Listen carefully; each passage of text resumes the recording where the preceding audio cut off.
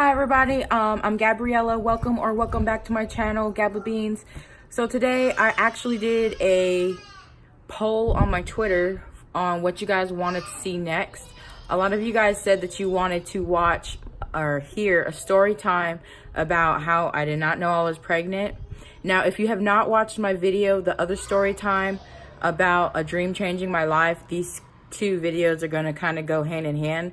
I'm not going to go in depth detailed about things like I did in my last one, but I mentioned in my last video a guy who happens to actually be Jamie's dad. Let's just go ahead and get into it. Okay, so before I begin, if you hear my son in the background, that's because I'm putting them down for a nap because it's nap time and he's really not too excited about that. So I'm in the living room doing the video, and now a train is deciding to go.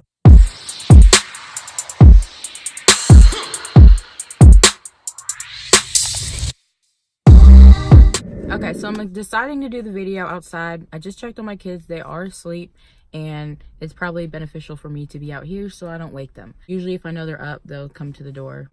So, and I changed my clothes because I felt a little too fancy for the video that I'm going to be talking about.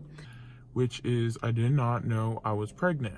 Now, if you haven't watched my other video, other story time video about a dream changing my life, a lot of these things are going to kind of go hand in hand, like I said. I mentioned that, you know, my dad kicked me out because I was spending 3 nights at a friend's house.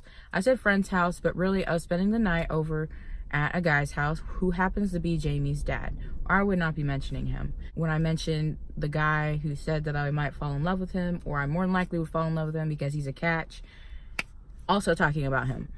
Same guy. So, when I had moved out with my dad and I was living with this lady, I was still spending days over there, like all day, pretty much until my curfew. And I come home and let's just say, like, I only had sex with him. I only desired to have sex with him one time. He was not a catch in any way, but I honestly was using him to just kind of get my way, really. Other times, he actually forced it on me. So I only knew him for a very short amount of time. 2014, I graduated in June. Yeah, June. And then I met him November, the end of November, like a little bit before Thanksgiving, because I actually spent Thanksgiving over at his house, actually. So I only knew him for about a week and a half. And the thing that really kind of like I did not want to do with him no more was because obviously he forced himself on me many times, even though I did not want it. And then, like, he always talked about his ex-girlfriend, especially when he would say that I was going to fall in love with him. Like, you can't tell me that I'm going to fall in love with you and you're over here talking about another woman that you're obsessed with. So, I mean, he was an ugly guy to me anyways, so I don't even know what the hell I was thinking when I got involved with him. But again, I was using him. So, at this point, I really just dropped him, ghosted him. He'd call me, he would text me, and I was just, no, I was not doing it with him no more. So I was really trying to, this is when I was actually trying to get that healthy lifestyle that I wanted. I was, you know, going to church. I was doing all the things right. I got my job back, like I had said in my last video. And I was really trying to make a better life for myself.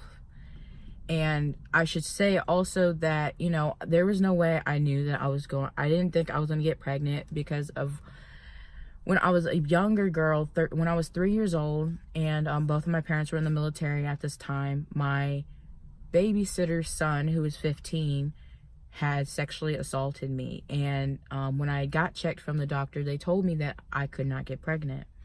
So I took the doctor's word for it, obviously. As you know, we all know I can have children because I have 2 of them right now. And so, you know, I really didn't think that, you know, I was going to get pregnant. You know, it was protected sex, but the times that he forced it upon me, it was not protected sex. And so I really, like I said, I ghosted him and all that stuff. And I followed this healthy lifestyle that was really working for me. So fast forwarding to August 13th, well, actually, I can't even fast forward that much. I will say during my pregnancy that I did not know of, I had no signs or symptoms of pregnancy in any way. I will say I actually dropped a lot of weight. I did not know that I could lose weight when you were pregnant. I did not know that. I was working out like extremely. If anyone knows me, like I've never had a stomach in my life. I may have like big thighs, thick thighs, however you want to call it, but I do not have a stomach. I refuse to have a stomach. I always did sit-ups before I went to bed, did sit-ups when I woke up. That was like how dedicated I was not to have a belly. And I never did.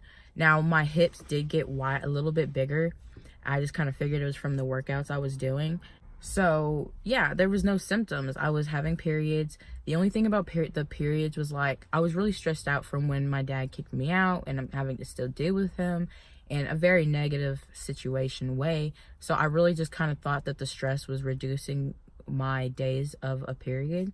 So they only lasted about 2 to 3 days and they weren't as heavy as a period would usually be. So fast forwarding, like I said, to August 13th, 2015, I had a shift. I was working my shift 7 to 4. Got there and we had very low call volume, so we were pretty much just sitting there and getting paid for it, which was nice. There at 7, I didn't start feeling like I had to go to the bathroom until about 10:30ish.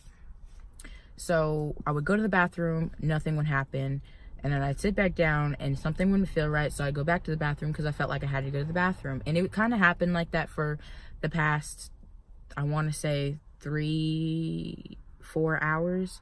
Yeah, I was stupid, whatever. And at this point, I was like, okay, something is really wrong. I did my break. I told Kenneth, who I'm with now, because we had kind of just started hanging out and like having feelings for each other. I only knew him for a month at this point in time, about a month and a half at this point in time. I texted him and told him like, something's wrong. I might end up having to leave early. I was letting him know, but I didn't tell like my managers or anything like that because I had a feeling that they would just kind of have me stay a little bit longer and just kind of wait it out. I really didn't have that kind of strength. So about 2:30, I just left. I logged out of everything and I just left. I went home. I figured maybe it was because I didn't eat, because I don't usually eat breakfast in the morning. It just makes me sick, just in general, whether I was pregnant or not. I don't eat breakfast in the morning. And so I figured maybe I just need to eat. So I ate a little meal that we had the night before, I think. And I told the lady I was living with, like, I'm just going to lay down. I'm not feeling too good. She told me that she was having a friend over who I happen to know as well. And they were hanging out and talking about, you know, they were having a Bible study, I think, or catching up, something. And I went to go take a bath.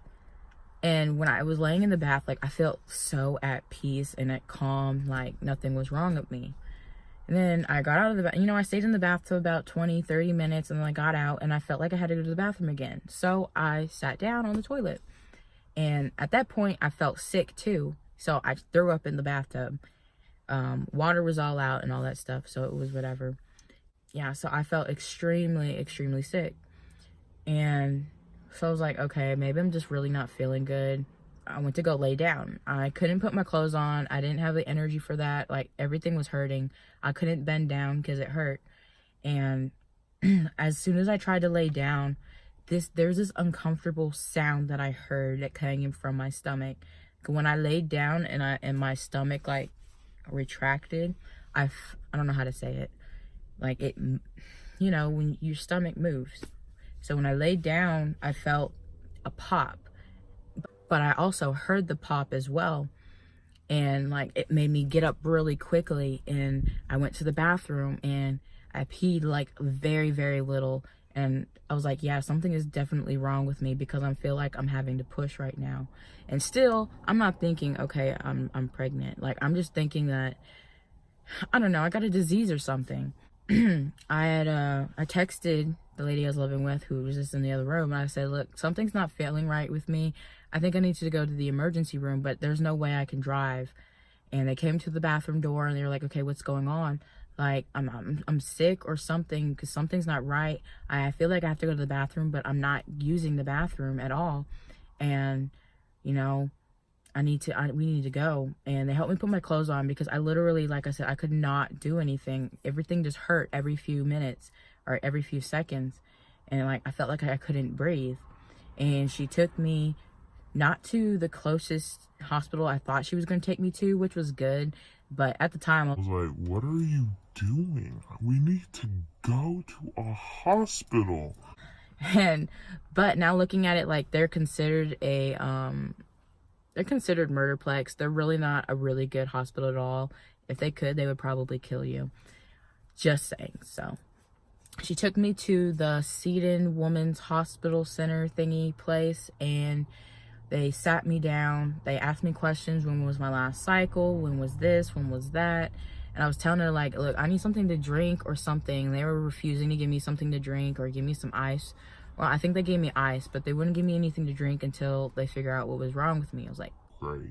So I'm absolutely freaking feeling dehydrated, and you're not freaking giving me what I want.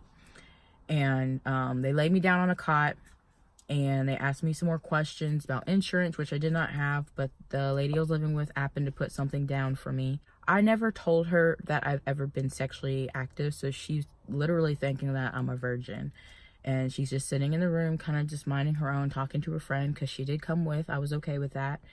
And the nurses had me constantly getting up and laying back down, constantly, and it hurt so bad I couldn't even do it. I started snapping at nurses, like, but I had to go take a pee test. So they took me to the pee test. I could barely walk, guys.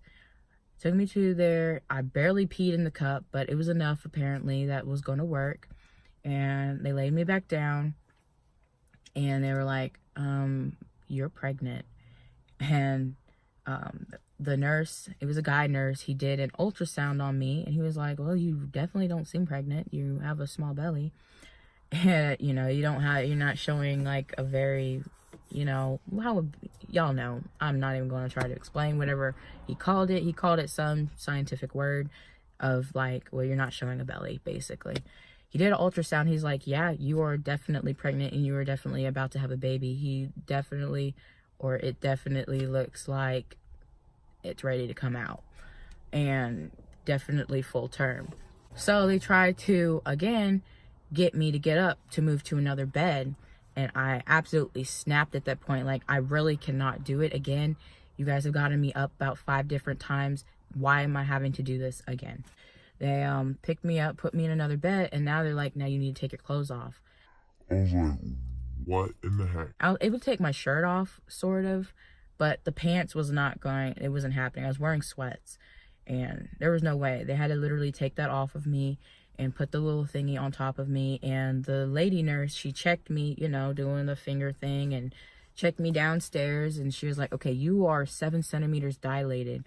By the time they put me downstairs in the labor delivery room, I was already 8 centimeters. And at this time, I was pushing whenever they were getting me there. And they told me, don't push, don't push, don't push. Don't, just try to hold on to it as much as you can until we can get there and get ready. And we get there, and she's like, and the doctor wasn't even there yet. And they were like, if you feel the need to push, let us know. But try to hold off till the doctor gets here. I couldn't, guys. Like, my body was saying push. I pushed and I pushed. It felt like maybe 3 pushes. But in the process of all this, they were, they were telling me, like, that breathing technique that women do. And I was like, okay, well, it does work. I'm not going to kid you not. And the nurse lady was holding my hand, and she decided to ask me in the process of me pushing. I didn't even think about it. Did you want to keep the baby, or do you want to adopt? Right now? Seriously? Right now we're gonna have this conversation? I didn't even answer her. I just acted like I had to push, and so I pushed. And then the doctor comes in, she gets her gloves on real quick, yada yada. And here she's like, okay, well, we see the baby's head. I'm like, oh no, I'm having a baby. Oh my God, I'm having a baby.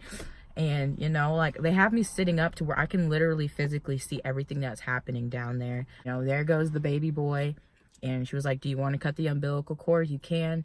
I was like, sure. I was cool. So I got to cut my own umbilical cord. And in doing that, I was like, that was my thinking process. They were asking me, like, would they gave me the baby. And there was no way I was giving up my baby. regardless of whatever situation I'm in, I was not giving up my child. Can you imagine like adopting your child? I couldn't do it. Whether it was an accident baby or a purpose baby, I am not going to give up my child. I refuse. I don't want my child, who is going to be a split image of me, being out in the system or being out with a family who is abusive or alcoholics or drug addicts or whatever it is. I don't want my child in that, regardless of if I wanted him or not. Yes, I want my baby. So I said, yes, I want to keep him. Social worker came in with the doctor and was like, do you know anything about babies? Do you yada yada? Do you live in a home that is safe for the child? I said, yes, you know, and the lady that was with me, she was like, yes, we you know, she lives with me, yada yada yada, everything's there, we live in a home, this and that, you know. So obviously I was able to keep him, so I'm doing something right. Little did I know, babies are expensive. So long story short with that, I had him. I didn't name, we ended up staying in the hospital for about 5 to 6 days. I was released after 5 days, but my son had to stay for an extra day because he had jaundice, they like to claim. I was really struggling on a name, and my parents, I tried to call them the second I had them, but my dad's like very into technology and he was fixing the house, so he didn't even have the phone line hooked in, and that was the only phone number I knew. My parents had just gotten a cell phone at this time, so I didn't even know their phone numbers. But it was when a lady that I lived with, she actually went to my church and told my mom, and she ended up coming down first and to see the baby, and was like, oh my God, what are we gonna do? How's your dad gonna take it? And then I ended up actually able to call my dad and tell him what was going on. At this time, guys, when we left my house, or our house, I didn't bring my cell phone or anything. I was not even worried about that. But then like 4 or 5 days after me staying there, I realized, like, oh my gosh, the first person I thought about was Kenneth. How is Kenneth going to take this? I didn't think about him any other time except then. The lady I was living with, I'm just going to call her Miss J. Okay, we're going to call her Miss J. So I had Miss J go back to the house and get my stuff that I was going to need, and some clothes and whatever the case may have been. And, you know, stuff like toothpaste, all that stuff. She went and got me all my hygienic stuff, everything. And she brought my cell phone, and the first thing I did was I pulled up my Kick Messenger that we had actually shared conversations on, and I had so many text messages. He was like, babe, hey, what's going on? What's wrong? Did I do something wrong? Why are you ignoring me? Did you quit? What's going on? And then that's when I had to tell him, was like, look, you may not want me after this, but I just had a baby. His reaction was, is it mine? Okay, I only knew you for a month and a half. There's no way this baby is yours at full term. Okay, no, it's not yours. Sure enough, I mean, he still loved me and he still accepted that. Yeah, so he understood. But I kind of didn't really want to talk to him much because I'm over here dealing with the fact that, oh my God, I have a baby. So yeah, long story short, I ended up naming the baby after my dad. And my dad's name is really JB, but I'm not going to name my kid a bunch of initials. But my mom typically, whenever she's talking to my dad, it's Jamie. She calls him Jamie. So I named my son Jamie. And I named Jamie Burns Strange, because that's my dad's name. And obviously the last name is my name too. So my dad and everybody else, my sisters, brothers, they came the day after my mom had came, or the day of. I don't remember exactly, but they came, and my dad he had a few drinks before because he wasn't surprised. He was like one of those, oh, you're pregnant. I knew it was going to happen eventually kind of guys.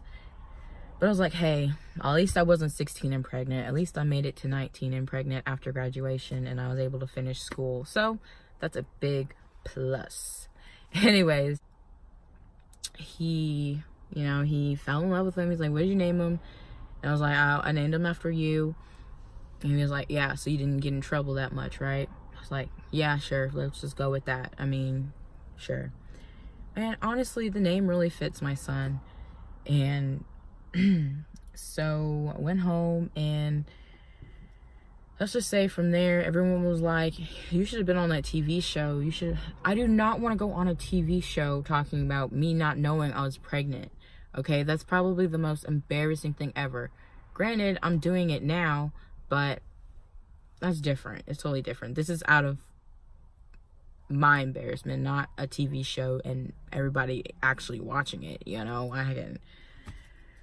So long story short, guys, I kept my baby boy, and he's a beautiful baby boy, and sometimes he still gets on my nerves at the age of 3, and yeah, he's absolutely amazing. And then I had another little girl, October 27th of 2016, and guys, I will say, with his birth, they asked me if I wanted epidural. Absolutely not. You are not about to have me sit here and get shot up in the back with a huge ass needle because of pain. Pain. My pain tolerance is like this. I can handle it. Little did I know, oh my God, with my daughter, I couldn't handle it. I didn't take an epidural, but they gave me like some drug to kind of make me a little loopy. But other than that, yeah, they were all natural. Okay? All natural. All no help of anything. And I'm very like about it. I had to struggle a little bit on whether I wanted to tell Jamie's dad or not. Everybody was telling me to do it, but I really didn't want to do it because of the things that he had done to me. And let's just say that he does know of him. He only met him twice in his entire lifetime. And he's, you know, I've tried to reach out more specifically in the past 2 years or a year and a half. And he sees my messages, but he wants nothing to do with them, or he doesn't talk to me. So we're right now dealing with child support, and I need to get on it bad. Anyways, guys, that is literally all I have to share right now until furthermore. I hope the video was okay with you. I gave all the information I needed to without talking too much, I hope. And you guys, let me know what you think below. I know I'll probably get a little bit of hate because I didn't know, or because of whatever reasons, I don't know. But I hope this was a good story to share. And if you have any more ideas that you want to come at me with, like I said, leave a comment, or you can find me on Twitter. Just hit me up with a message.